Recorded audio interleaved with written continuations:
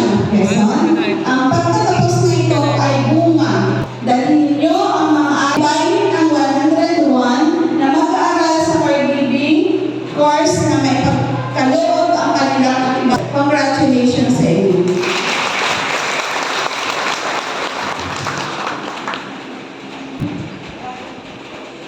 Maraming salamat, Ma'am Marquis.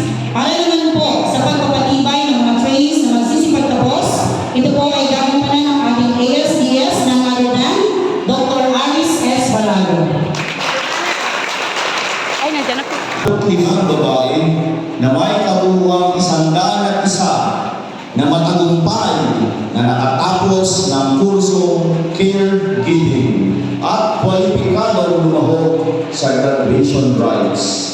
Ang lahat ng kumpirmadong magsisipagtapos ay nakatugon sa mga kinakailangang akademiko, praktikal at pamantayang itinakda ng kagawaran ng edukasyon sa Alternative Learning System, Distrito ng Hilaga. Ang inyong pagsisikap, dedikasyon at malasakit sa pag-aaral ay nagbunga ng tagumpay na ito. Lubos naming ikinararangan ang inyong tagumpay at tanggapin ninyo ang inyong sertipiko bilang katunayan ng inyong pagtatapos at makibahagi kayo sa seremonyang magbibigay-pugay sa inyong pagsisikap. Maligayang pagtatapos at mabuhay ang mga bagong caregivers. Congratulations!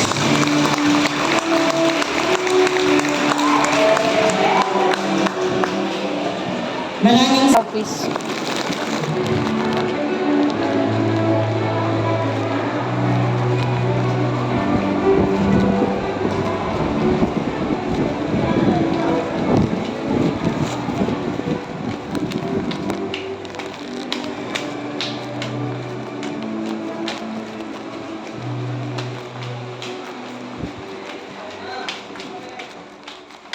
Oh, dito na lang, Daddy. Sana'y walang pusa.